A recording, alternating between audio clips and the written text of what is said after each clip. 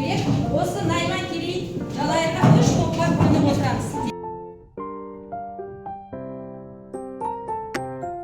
Сұрақтар шығады. Сол сұрақтарға естиміз, жауап береміз.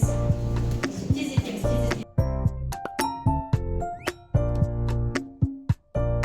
Бірінші сұрақ, Алина оқышы. Ғасырларда наймандар мен керейттер, жалайырлар қандай мемлекетте болған? 10-шы ғасырда Найман Керей Жалайырлар қандай мемлекетте болған? Кім айтады?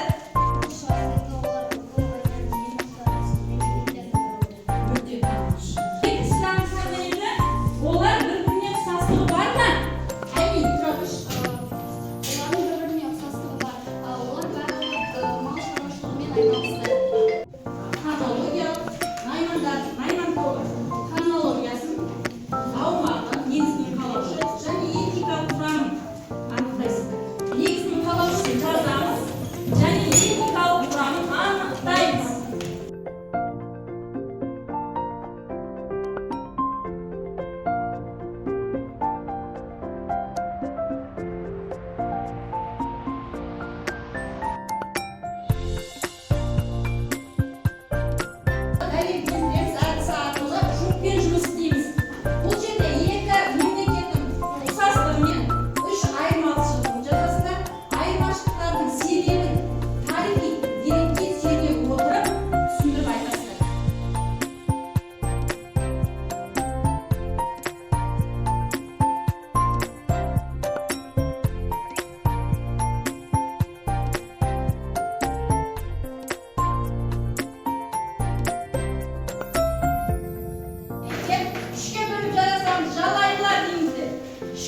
Жалайыр, керейттерге тиісті тарихи тұжырымдар бар.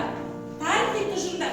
Осы 12 тұжырымда қайсы наймандарға жатады, қайсы керейтке, қайсы жалайырға жатады. Жеке-жеке әркім өзі орындайды. Содан кейін мен оның дұрыс жауабын тақтадан шығарам бала.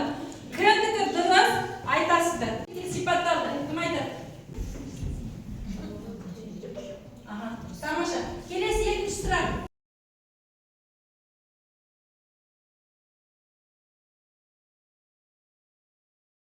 Мінекей балалар, наймандар, керейлер, жалайырлар. Тез тексереміз. Кім қанша аузына жауап берді? Дұрыстың қасына плюс қойыңдар, дұрыс еместің қасына минус қойыңдар да шетіңдер да. Қаншауына жауап беріңдер? Қаншауына дұрыс? Наймандар.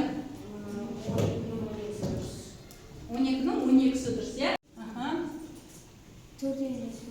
Төртеуін дұрыс белгіледі ма? Өте жақсы. Белгілеп отырамыз. Топ басшысы жақсы. Тыңдаңыздар. Бүгін біз наймандар, керейттер, жалайырлар тақырыбы бойынша көп мәліметтер алдық. Енді сабағымызды бекіту мақсатында екі маңызды сұраққа назар аударайық. Бірінші сұрақ. Найман, керей және жалайыр мемлекеттерінің дамуы 10-13 ғасырдың басында қалай ерекшеленді? Екінші. Олардың моңғол бірлігіне қосылуы неге маңызды болды? Сұрақ түсінікті ме бала? Кім айтады енді сабағымызды бекіту кезеңінде? Айта ғой.